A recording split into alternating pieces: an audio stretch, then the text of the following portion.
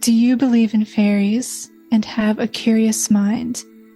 Have you had a close encounter of the fairy kind?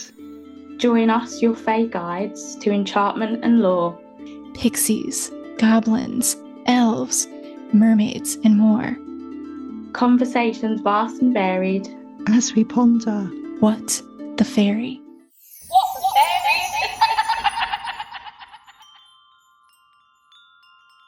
oh, hello and welcome to What the Fairy. Hello. Hello. Hi, welcome. We all love stones and we've all bought some stones with us, and some of them have stories associated with them, but Anastasia has some information about hagstones. My favorite or particular fairy stone, when I think of fairy stones, I definitely think of hagstones, which is the name for a rock with a naturally occurring hole in the middle, like this one. And I started collecting them, and I had a whole box full of them and started making these ornaments with them too, kind of like mobiles. But some other names for them are adder stones and serpent eggs, druid glass, and witch stones. And witches and fairies go hand in hand in folklore all the time. And so they're said to have a couple different supernatural attributes. The belief that sparked my interest in them is that they can be used to obtain the sight, the second sight, the ability to see into see fairylands or see fairies, which are usually imperceptible to the naked eye. But if you look through the whole of a hagstone, you're supposed to be able to see fairies and fairy lands. I will say it hasn't worked overtly for me yet, but I'll keep trying. And then also, they can be used for protection from accidents and witches and troublesome fairies, curses, snake bites, and nightmares. And it's said that magic can't work on running water. So I think the idea of their being able to be use a protective charm is maybe because they're made with water running through them. Maybe this imbues them with those protection powers. They're like little shields. And so then they can also be used as a charm. You can hang it around your neck. You can hang it on the neck of your livestock to keep you or your livestock from getting sick. You can hang it above your barn or the door to your house to ensure it's protected. Again, fishermen tie them to their boats for safe journeys, and I hang one on the mirror of my car for the same reason. Tying a hagstone to your bedpost can protect you from nightmares or act as a fertility charm, so be careful with that one. And then some believe rubbing a stone over a sore muscle or injury can assist in the healing process. And then if it's a big enough stone, they were said to be able to heal children and babies if you could pass them through the hole. So pretty big stone. And then finally, when it comes to fairies, hanging a hagstone in a stable above your horses, particularly above their back, if you can, said to keep fairies from riding the horses at night and leaving them exhausted and elf-ridden in the morning. So that's just a small snippet of what I have found and could say about hagstones as far as folklore goes. Yeah, I've heard about the barn doors. So I've been writing about pixies, and that's one of the things that they used to do in Devon. To hang a hagstone above a barn door, as well as horseshoes. So I actually keep one hanging by my door as well of my house. Oh, do you? Yeah. Does it help with protection then, Emma? Yeah. Yeah. Yeah. Got it on some red like yarn, and that's hanging just behind my front door. So as my door opens and closes, yeah, it's just a little protection. Very cool. Does the red thread have significance too? Yeah, I think there's lots of folklore and stuff around red thread. They use it. Well, I've had a St. Bridget's cross, which is just two pieces of rowan. Yeah. and that was bound with red string. I had that hanging above my front door for a long time. I think there is a lot of protection Yeah, in the color red and binding in the magic, I think it is as well. So yeah, yeah. yeah. It's also a fairy colour, isn't it? Hmm. So interesting. Magical color. Yeah. And we've all brought some stones, so so exciting. Emma, you brought up about heart-shaped stones, and I just had to share this one because I think I said about bringing one back from the beach. And Oh, it's big. Wow. yeah, That's quite a heart. yeah, You just I found it? no, I found it on a beach. Gosh, about 5 years ago. The beach was actually quite a long walk, so you had to come up over a really steep cliff. So I carried it all the way back a couple of miles from this beach. Good But for you. yeah, I found this one. Can't remember where I found Oh, that pretty. one, whether it was the beach as well. You don't know what Um, kind of stone it is, do you, for either of them? this one is kind of like quite a slaty sort of stone. Wouldn't know the exact name of it, but it's very similar to slate. This one's more like kind of a granite, maybe. Isn't it funny how you just know when you're supposed to keep them? Yeah, You Hmm. really get a sense from these stones that they're supposed to be with you, don't you? yeah. And it was strange because, well, I found the big one when I was with an ex partner, and it wasn't going well. So it's almost like the stone was showing me that I was still loved and protected, even though that relationship wasn't going well. Mm, So I felt like I just needed it. I needed it to be there as a reminder. So And the fact yeah, that it's so heavy and large and you carried it like this big distance, that seems significant yeah, too. yeah. yeah. To me, was that it looks Mm, quite layered stone, isn't it? And I it don't know, just is. Yeah, it maybe a is sign like to like follow your heart, your feelings. definitely. The other thing about heartstones, my personal interpretation when I see them, and I know Emma, you were saying you can't always pick them up because sometimes they're just embedded in the ground. Sometimes I see them in like an old trackway or something, or on Dartmoor where there's lots of granite sometimes. And I tend to interpret them as a sign from the fairies that says, we are connected to you. This is our place. Welcome. It's one of the signs that I notice that I think, okay, this is like a threshold place. This is a place where I've recognized this. If I've recognized this, then this means this is a message for me that says, they're saying, welcome. We appreciate this connection we have with you. That's how I interpret it anyway. I know it's all personal. Don't know, what do you think about heartstones and what they mean? Have you I'd got like to any? know what Emma hears because Yeah, you've had a lot of experience with this. Yeah. yeah, Well, for me, I totally agree with what you've just said about them, Claire. I definitely have had ones like that, signs and feelings like that. Um, but then for me, sometimes as well, I tend to see or find these little heart-shaped stones when there's something happening in my life, like mm, an emotional time in my life, or stress, experiencing stress, or I don't know, just not feeling anxious, or things feel like there's a lot of turmoil in my life. Sometimes I'll mm, see these little heart-shaped stones right when I need them.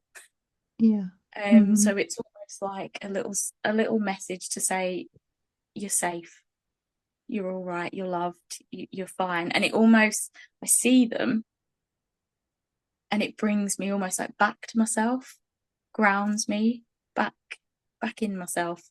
And I just so sometimes they're the ones that can often be ones that I don't pick up as well, because they're just there. They're saying, welcome. We appreciate this connection we have with you. That's how I interpret it anyway. I know it's all personal. I don't know, what do you think about Heartstones and what they mean? Have you I'd got like to any? know what Emma hears because Yeah. you've had a lot of experience with this. Well, for me, I totally agree with what you've just said about them, Claire. I definitely have had ones like that, signs and feelings like that. But then for me, sometimes as well, I tend to see or find these little heart-shaped stones when there's something happening in my life, like an emotional time in my life, or stress, experiencing stress, or I don't know, just not feeling anxious, or things feel like there's a lot of turmoil in my life. Sometimes I'll see these little heart-shaped stones right when I need them. Yeah. So it's almost like a little message to say you're safe, you're all right, you're loved, you're fine. And it almost, I see them and it brings me almost like back to myself, grounds me back in myself. And I just see, so sometimes they're the ones that can often be ones that I don't pick up as well, because they're just there for that moment, for that message, and I just acknowledge them and accept them, and then obviously move on. But then sometimes you do pick them up, you do think, I need to take this home with me, like you need a little bit of extra love in your pocket. Yeah. Almost take home with you. Or sometimes I often feel, sometimes if it's a place out in nature that you really really love, you know how we all quite often have favourite places where we go and visit, and I think they're little signs from the fairies and the spirit of place, so you can sort of, it acknowledges you as well. Yeah. You can take a little part of that away with you, so that's quite special. I mean, the Yeah. Yeah. experience I had the other day where I nearly tripped over, Oh, I yes. actually nearly really hurt myself while I was out walking in the woods, and got a bit of a shock, a bit of a fright for a moment. And then as soon as I obviously got to my feet properly again and looked right down by my foot, there was a heart-shaped stone there. So I was like, That's okay, I'm safe, amazing. thank you. Something kept me safe, kept me on my feet. Yeah. Yeah.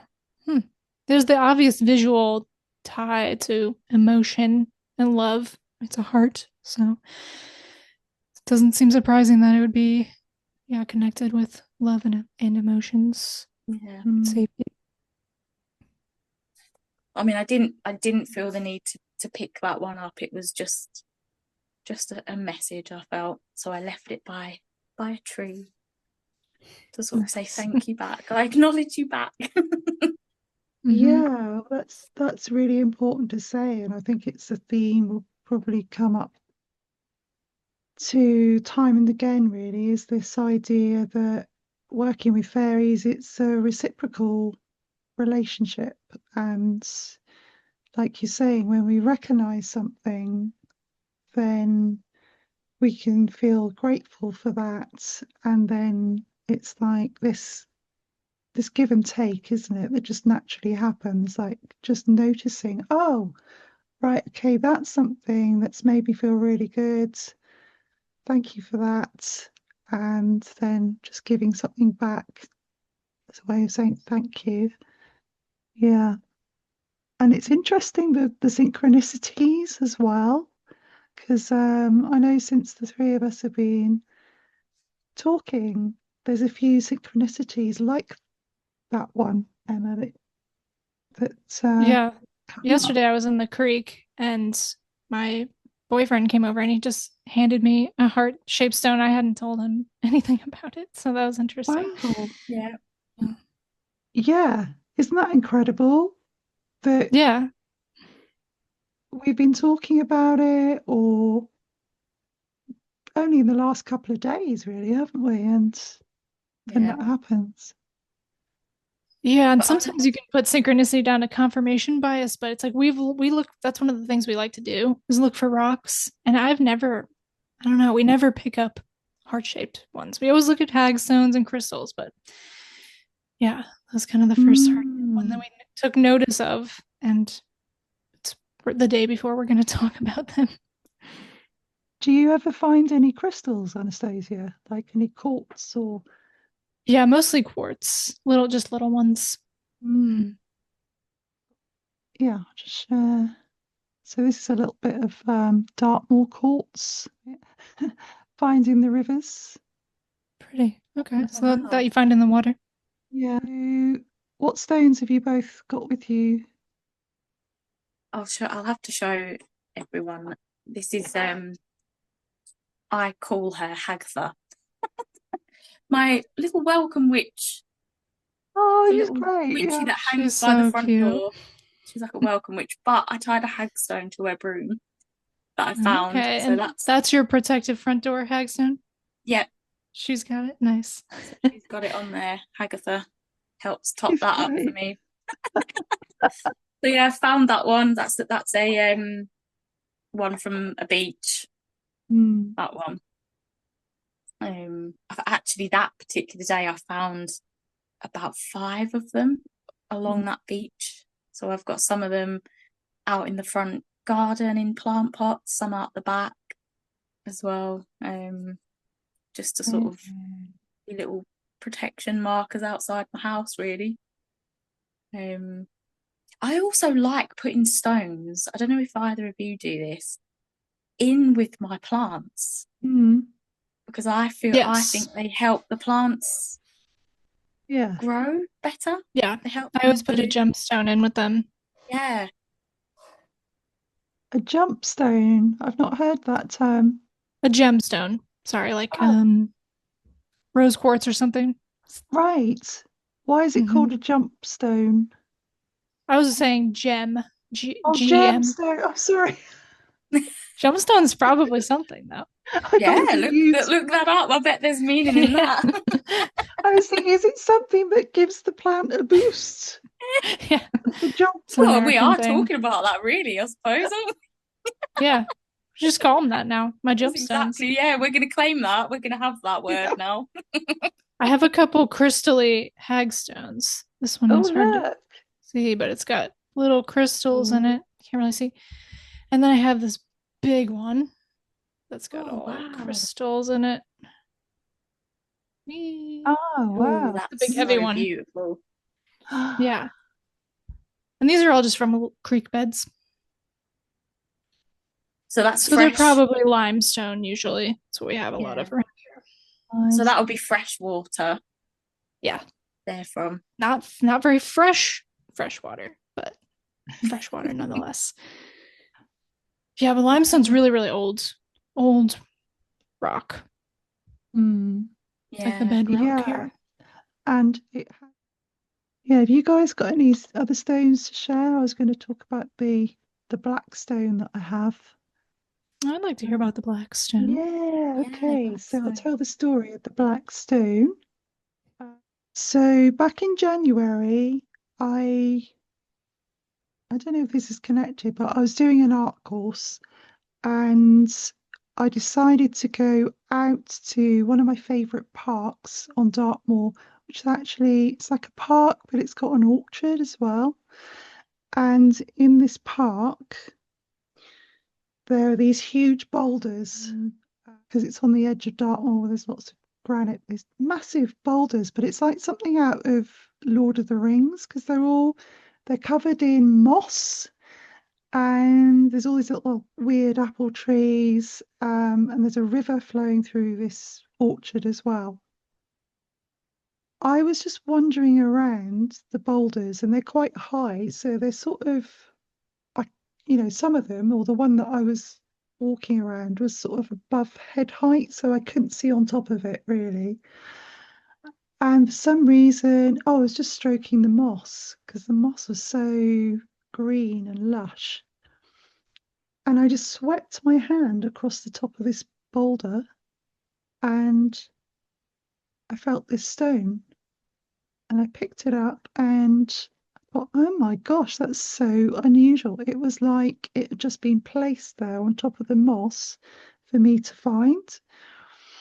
And this is like a really special place. I mean, I've spoken to a woman that I know that's seen fairies there, and there are stories from that area about pixies. So it is a very, yeah, there's lots of fairy associations with this place.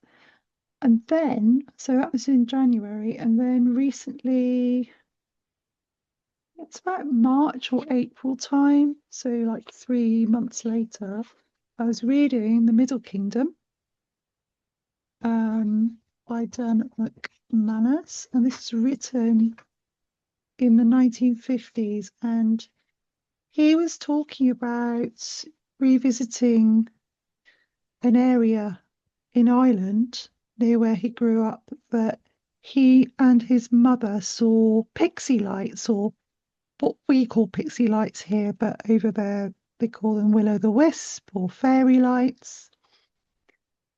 And so, yeah, it was a really special sighting. They saw these lights together. And then he, in the 1970s, so about 20 years later, after he'd had this experience, 20 or 30 years later, he went back to this place and there were all these little like hummocks in the landscape, sort of little, we call them hummocks here. I don't know what you call them, but they're just like little small humps in the ground covered in grass, like tufts. And it was a strange day. There were lots of crows around as well. He was talking about these crows, and I think it was a bit misty. It was a bit of a strange atmosphere. He said, I hadn't gone far when I came across one mound which some cattle must have trodden upon. A lump was torn away at the top, leaving a little flat edge of curious red-brown earth, and in the middle of this ledge lay a small jet black stone of the shape and size of an ordinary matchbox. And I thought, oh, mine's like a little sort of oblongy shaped stone as well. His was a bit bigger by the sounds of it. Now, in folk tales all over this countryside, time and again, a black stone, generally a small one, plays an important role in witchcraft, particularly, but also in fairy lore, and to such an extent that one would think they were fairly common. But they seem to be quite rare, and I have for some years kept my eyes open for one during my frequent rambles without success. So he says he's found like other stones that were dark grey or sort of a dark bluey colour, but never found a jet black one. Yet here in this reputedly fairy ground, I find one ready laid out for me. It is before me now as I write, for I picked it up and I put it in my pocket as a curio. I love that. Yeah. That Mm-hmm. it's like that connection he felt with the stone, and he picked it up and put it in his pocket. Yes. So he just says that the crows were cawing and acting strangely. They seemed to be, and they kind of moved towards him. I think they were on the ground, and they moved towards him as he was walking back to his car. So they sort of crowded behind him as he walked back to his car. So yeah, it's a very strange sort of experience with this stone. And the crows are also black. So And they, obviously it makes me like think of there's a few crystals that I use as like protection as well. mm, Sort of, shielding your aura. Like yes, obsidian, for instance. And obviously it also makes me think of like scrying mirrors. yeah, Yeah. So I mean that's not something I've actually ever done myself, but I know of people that have and whatnot. But there's something Yeah, about that, the dark of the mirror. yeah, black stones are often used for like negating or absorbing negative energy, right? It's usually black stones. Yeah. I'm not sure why yeah. that is. And the I guess the association, black obviously, is with like absorption of crows. color. Yeah, Oh, in that story as well. Oh, they're mm, really associated, aren't they, with the spirit world and whatnot? mm, yeah, Definitely. Amazing. yeah. Because Emma, you said that you said about the scrying when I first showed you the stone, and to look at what images I could see. So on one side, and you won't be able to see this on screen, but on one side I can see a face, and it looks like a little face with a pointy hat. So it looks like a kind of a sort of a pixie face on one side. Hmm. The other side has got a totally different face. It's got a face in profile, like looking with, one eye sort of looking that way. That's quite interesting, but I see different things in the stone depending on the light and, you know, whenever I look at it really. So it's definitely a special one. Yeah. Interesting that both side is a different face. It reminds me of Janus. Is that how you say it? The Roman god. That's the two Yeah. faces, Oh yes. which is beginnings, gates, transitions, doorways. Oh, I got the chills then. Oh, chills, yeah. Oh, yeah. Is there something with that story that correlates with those concepts? Yes, definitely. Have you identified the black stone that you have No, there? no, I haven't. I need to look it up really. It's just it's strange that it was on top of a granite boulder, and obviously granite's completely different. But it all feels very doorway, Mm, portal, doesn't it? Almost like the fact that, the hole in, not in that stone, but holes in stones are like portals, yes. Yeah, definitely. and seeing Yeah. through into the other side, the Yeah, scrying, and all of it really seems to point to the same the same meaning, doesn't it? it does. Yeah, it Same. does. Yeah, it's definitely a gift. I feel it's definitely a gift that maybe, over time, the reason why I was gifted it will gradually come to me. I also just looked up hummocks. We Hummocks. don't have these here. These are really cool. I've never seen that before. Because Uh, I was trying to figure out if we have a different word, and we don't have hummocks. Those are very cool. there's also Tumps, which is like a small hill. Because Humps. Tumps, hills all have different names depending on their size. No, I didn't know I that. didn't know Mm. that. Like a Well, tump. before we started, you mentioned, or it came up or something. Maybe it was the card that you mentioned something about going under the hill. Oh, That's yes. something I would like to do later. Is we can just do hills, but I Yeah. love the under the fairy. The fairies live under the hill, the mounds and stuff. I love that. Yeah. Well, and the rock that I found that stone on was, it's like a mound. It was sort of that sort of shape, rounded on the top. So you could imagine something living in this stone. Yeah. Mm-hmm. Or it like Which is opening a up very like a that's a door. very Icelandic thing. Very Icelandic thing. I think that the elves live in the rocks. And so they're like the Irish where or maybe it's Swedish. No, I'm thinking of the Faroe Islands, where it's like the Irish will build roads around the hawthorn trees. Yeah.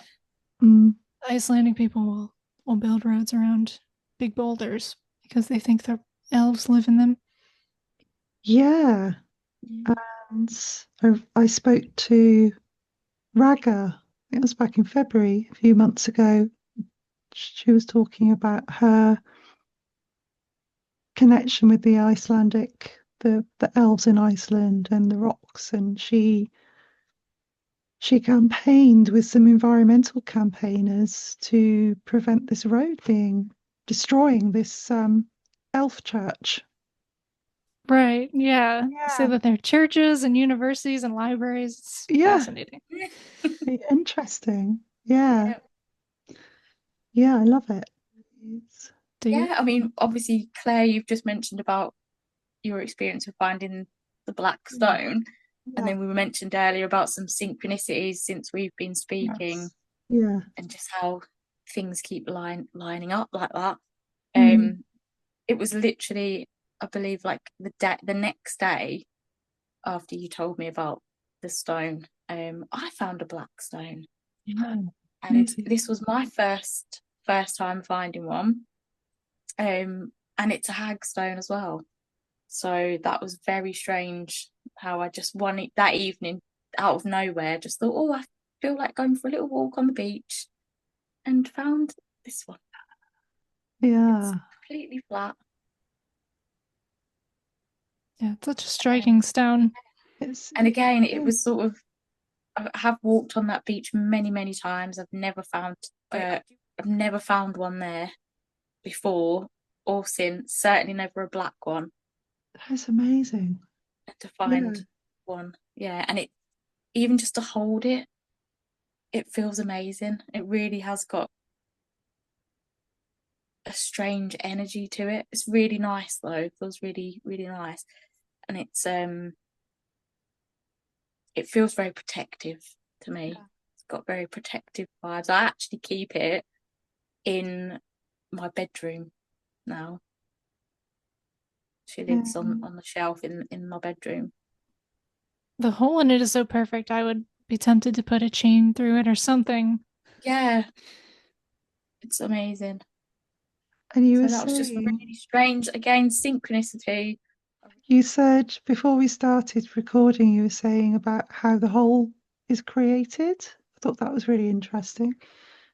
Yeah, because obviously, like some hagstones you find, I don't know whether they all begin like this. Probably Mm. not, because obviously depends if it's fresh water or seawater. But this particular one, when I've researched them a little bit, seems to be created by, I did write it down, I think it's called the Piddock clam, apparently. It's a type of mollusk that creates this hole through them. And it looks, when the human eye sees it as a perfect hole, perfect circle.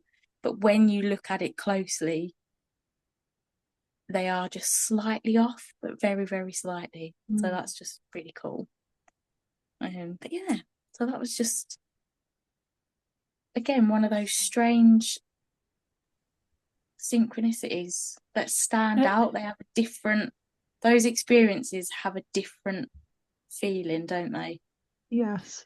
When it's a It gift or a looks message or Mm. a sign like that. And I knew I had to keep that one. I knew that was a keeper, that one. I had to take that home with me. well, it looks like if you look up Piddock or whatever, which is the clam, I think that makes the hole. But it looks like maybe sometimes just yeah, maybe people call the rock that. Anyway, when you look up the Piddock and it shows all these rocks, they're usually rocks that are just totally riddled with holes. And that one just has one really perfect hole. So that's kind of interesting. And again, you said about with Claire's what type of stone it is. I don't actually know what this one is either. I'll have to try and have a little research. Well, It's bizarre because it's smooth, but it also feels textured mm. somehow at the same time. I don't know whether it is like I don't know. I was going to It's say very flint, but pretty. it's not flint, is it? Yeah, It's really unusual, isn't it? very unusual. Are there any other black stones on that beach, or was it just? No, it was just, it stood out so clearly. And it was just one of those ones where it's in that moment, in that space, right down by my foot. As I looked down for a moment, it was right by my foot. That's amazing. Yeah. Mm. Well, I know we could speculate on things a lot, but it's interesting to talk about. I expect we'll do a lot Yes, more. it is. What is it, do you think, that draws us to these places where we find these things? Because for example, similar to you, Emma, I'm sure this has happened to you, Anastasia. Well, it did to you the other day where you found that heartstone. Um, I went to the beach a couple of weeks ago, was thinking about hagstones. What was I thinking about? I don't know if I was thinking about hagstones consciously. Anyway, stepped onto the beach, and within a few meters, I find a hagstone. And so I just wonder what's going on with that. What's going on? Why are we, how are we drawn to these places? And how do we, is there something in our physiology that's, because I do dowsing. So I've done a lot of dowsing, and that is just it's your body, isn't it, picking up on what's going on. Sorry. Yes. So, Oh, it's a cat day. oh, which one's this, Anastasia? There's Which one? Ingrid, my little Oh, no-eye kitty cat. oh, bless. Oh, oh, She's bless her. giving you some love, Olet. Oh, She's made of love. Oh, that's interesting. I've got mine on my lap. Oh, It's on my well. What's lap his still. what's his name? George. George. He's Looks called like a George. George. I don't know what draws us, Claire, although, it's always, I don't know if it comes with being like a nature lover because they're in beautiful natural places. So I don't know. I mean, I'll be purposefully looking for them. I'll go on the beach, not the beach, Mhm. but the bank, the creek bed, and be looking. Um, I was thinking that's funny that you always find them with your foot, Emma, but I guess rocks are going to be at your feet. But it seems funny how you're always they're just right at your foot where you kick Yeah. them. Well, again, maybe that is, I don't know, just thinking about it there, quite often I do get lost in my own head. And I feel like Mm. sometimes, like I mentioned earlier, it brings me back down. Just for a moment, it grounds me to look back down, at the Mm-hmm. ground. When you said you almost you almost tripped over it, I don't know. Yeah, that spoke to me too because it's like sometimes we won't address things or we're just not aware of things, and it'll have to really like it'll trip you to be like, look, pay attention, or tell you something. It's kind of forcing your hand or your foot. But I think sometimes you do, like, I don't know, you get, dare I say, like called to a place, or you follow your intuition, your gut, or Mm. something's telling you, oh, I really want to go to the beach today. And you go to a specific spot. It is almost like you're following some sort of guidance there, Mhm. whether it's just from yourself or maybe it's from yourself, and because you're sort of following that, nature spirits or whatever can come through a bit clearer, or you're able to notice them more when you're in that sort of, it's almost like that meditative state sometimes, isn't it, where you just feel the need to go and walk in a particular space or visit a particular place. Yes. You're more Yeah. open to receiving it, a bit like how you found your Blackstone play while you were just in the moment, Mm. you Yeah. know appreciating nature and really feeling the texture of that moss, and then you found the stone. Yeah. Yeah. I think a lot of it, I think as we were saying earlier, a lot of it is to do with appreciation of places or the moment. Yeah. Yeah.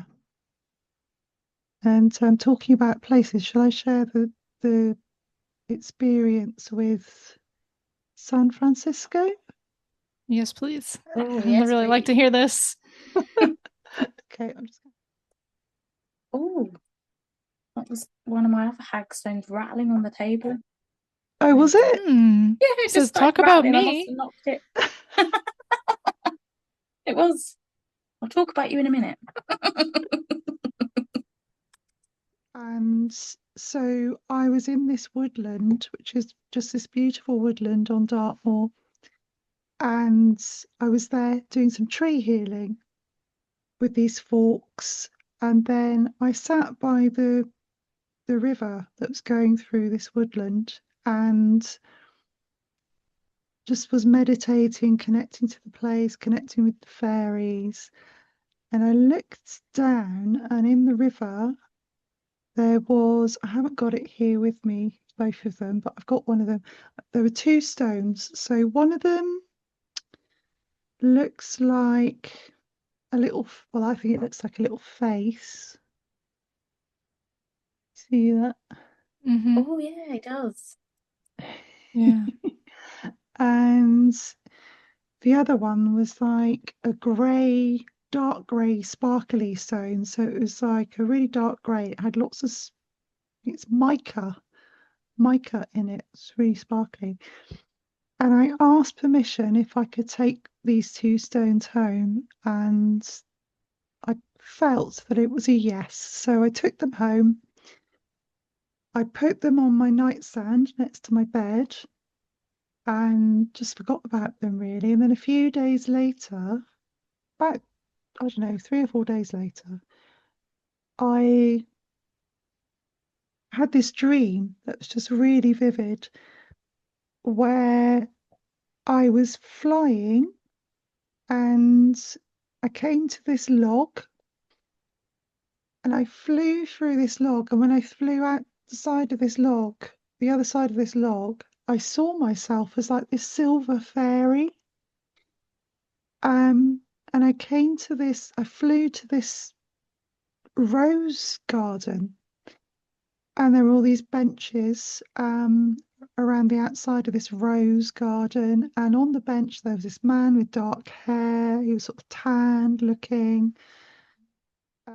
And I saw myself fly as this fairy into this rose, and I disappeared into this rose, and the dream ended. I thought, oh, that was really unusual. I wrote it down. I wrote down the dream, and then I don't know what the time frame was. I need to look back at my notes, but I was doing some research on fairy doors. So I was writing about fairy doors on a blog that I had at the time. And I think it was the 10th of November, and I was reading about, researching about fairy doors. And I thought, oh, I'll just Google about Golden Gate Park, because that was the place that I'd seen in my dream, or that was the name that came up in my dream, Golden Gate Park, which I hadn't even heard of because I saw the Golden Gate Bridge in San Francisco in this dream that I had as well. So I looked it up and it said, yep, there's a Golden Gate Park, this huge park. I don't know, have you ever been to San Francisco? I have not. No. I've never been, I'd love to go. And it said, yeah, they have festivals there, and there are all these different areas to this park. And one of the areas of the park is a big rose garden. And they have these roses in the middle of these seating areas. So they have these like square sort of rose patches with seating around the outside. And I was like, oh my God, that's just like from my dream. And then as I was Googling Golden Gate Park and fairy doors, this article came up, or several articles came up about this man who was owned a bookshop in San Francisco, and he had made some fairy doors with, and he and his son had gone to put them in various places in in Golden Gate Park, one of the places that he put this door, and this gives me chills, was in the end of a log. And they had a photo of this door in the end of this log. And I was like, oh my God, that's like the log I flew through. And I looked up the author. He's a guy called Tony Powell. We've been trying to talk for a while actually. But I emailed him. I thought, shall I email him and say about this dream? I thought he's written about fairies. Hopefully he won't think I'm totally mad. I was taking a big risk. I thought I'm just gonna. So I emailed him and said, look, I had this dream, blah blah blah, and and to my delight, he responded and said, yeah, lovely. I'll send you a copy of my book. I'm happy to go to the park and try and find where this bench was for me. I was like, oh, great. Somebody just totally, he's just totally on the same wavelength as me, you know? And he did. He found this area where these benches are and sent me photos. And actually, in his book, which obviously I hadn't read by the time I had this dream, you know, it was after I'd had this dream, he writes a lot about the roses in this park. And just an amazing experience to go from picking up these stones and then having that. I think it's like an astral projection because it was so vivid, you know, and the And fact that, specific. yeah, and specific, and the fact Yeah. that it connected to a real person as well. Location. So yeah. That's incredible. So many minute details. Like, yeah, the log, the Mm. roses. Did you have an association with roses before? Or did it come from this? 'Cause I know. Do you know when that started? But so the other strange thing was that after I'd had that dream, soon after, within a couple of months, it was my birthday. And three friends who didn't know each other each bought me a rose bush. And one bought me a white one, another bought me a pink one, and another one bought me a red bush. Wow. I mean, So how? were you able to see yourself as a silver fairy? Is that what you said? Yeah. I can't say I've had an astral projection experience, but I really want one. Careful what you wish for, I guess, but it just it Who knows really where you might fascinates end up? me. Yeah. I know. I yes, and I know they say that you can train yourself to do it too, but that's too much work. Yeah. I think it was something that I did accidentally as a kid. I've got memories Oh, I would love to hear about that one day. like flying and floating and sort of, Oh yeah, we got to talk about yeah, that and sort soon. of like being able to go to different places and even like through walls and stuff like that as a kid. Really strange. And for a long time I actually thought, was that a dream? But I'm like, no, they're memories, I'm sure. But I've got no idea how I did that or anything. Strange Um, but weirdly common. yeah, I promise. A lot of people say the same thing. Um, that was kind of what I think I heard it on Joe Hickey Hall's podcast, she's definitely talked about it before. and that was kind of what brought that back to me a little bit as well. So yeah, it's strange. But how amazing, Claire, that you were able to get all of that like Yeah. 100% clarified. Yeah, it was just like the way it all came together. And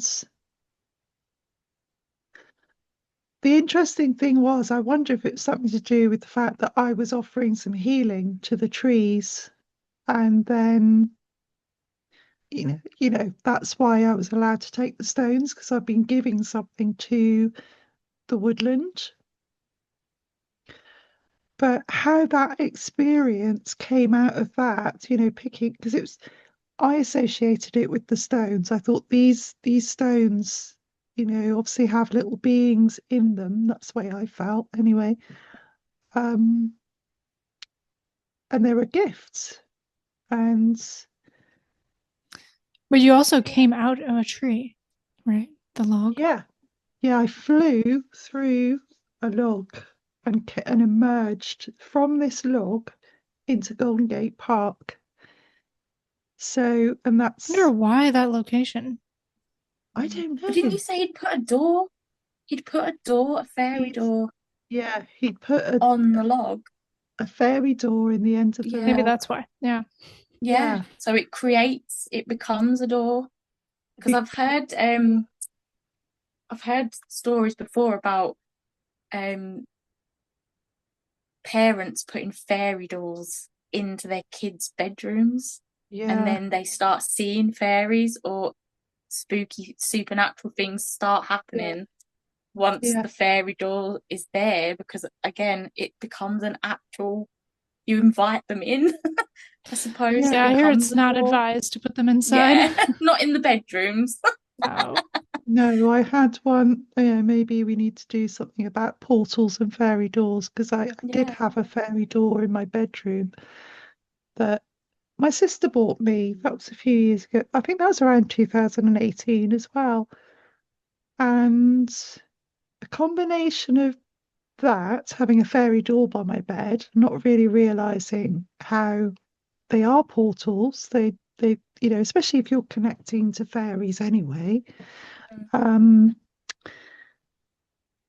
that and a ritual that I did as part of a workshop I went to around the same time, a fairy Mhm. workshop with an amazing person, who Ryan Foxwood, if you've heard of him, he's like a fairy seer. He's a witch, he's a fairy seer, and I did a workshop with him at a festival I went to, and it was over a couple of days. And I came home and decided to practice some of these rituals at home because I bought his book, and yeah, it's led to some interesting things. I can only imagine. Yeah, that's where the door knocking came from that I was just said Oh, to you about. Yeah, that's when the door knocking started, and I had this fairy door beside my bed as well. Mm. Yeah. that'll do it. But again, it was a log as well. Trees are often, well, obviously fairy doors are naturally in trees, aren't they? And Mm. I've Yeah. often heard of like trees being entrances, Yes. Yeah. doorways, and stones as well, Yeah. Yeah. The being stones and doors. So again, it yeah. all points, Mm. doesn't it, to the same thing? Yeah, it does. It's yeah, so that sort of really that experience made me realise that the stones you do find, whatever types of stones they are, if you're drawn to bring them home, then they're kind of like a gift for you to work with, aren't they? And Yeah. And it's amazing how they all, yeah. any stone, I suppose, crystals and things as well, they all have the different vibration, don't they? Mm. Help Yeah. with a different task. Yes, I they have do. a I Mm. I have a question, and Mm. maybe it can be a kind of a um a wrap up question. I don't know, a Yeah. little workshop for an end of Yeah, the sure. episode. So it's not exactly a what the fairy question, but maybe why the fairy? Why do stones have fairy associate? Why do you think fairies are connected with stones? Is it because they're a nature spirit, or is there something else?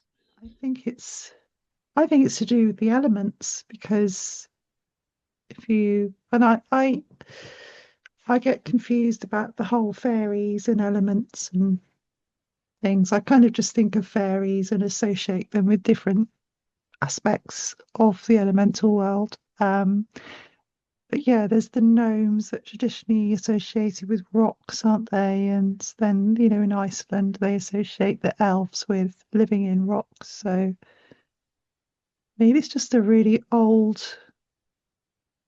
just very ancient belief that spirits live in rocks, and some of them have been interpreted as fairies, and other places they might be seen as some kind of god, or yeah. Yeah. And isn't there like trolls as well? Trolls I've heard Trolls. associated with Yeah, stones, they or I turn think, to stone. yeah, turn to Yes. stone as well. Yeah. Um, Mm. yeah, and for me, I always, when I think of stone, obviously you think of the earth, don't you? The Mm. solid base of what the earth actually is made of, built on, Mm. but it it's able to hold, like I've just said, different vibrations, whatever it's made from, wherever it is based, whether it's stones in the woodland or the mountains. You think of mountains and caves, it can be Yeah. really above the ground, below it, and I don't know, it just makes me always think of like the stone tape theory as well, where it Mm. holds, Mm-hmm. you can almost record onto it. Yeah. Mm. Yeah. Yeah, and they're so old. I don't know if fairies predate humans or if they're tied directly to humans, but rocks definitely predate humans. Yeah, So they're gonna have a lot of memory. you can just go on and on about it, can't you? Yeah, you The more you could, dig Yeah, into because it, the yeah, yeah, further the further the hole goes. oh my goodness. that's a good that's a good starting off point. Like there's just so much more to be said. So it's probably just very rocks part one. Mm-hmm. Yeah. Layers, Absolutely. layers of rock. Yep. Yep. Exactly. Yep. Yeah. Okay. Thank you. And thanks everyone that's watching this. Yeah. And Yeah. Thank you. Thanks. thank you. And see you next time. Yeah. Bye. Be back soon. Bye. Bye.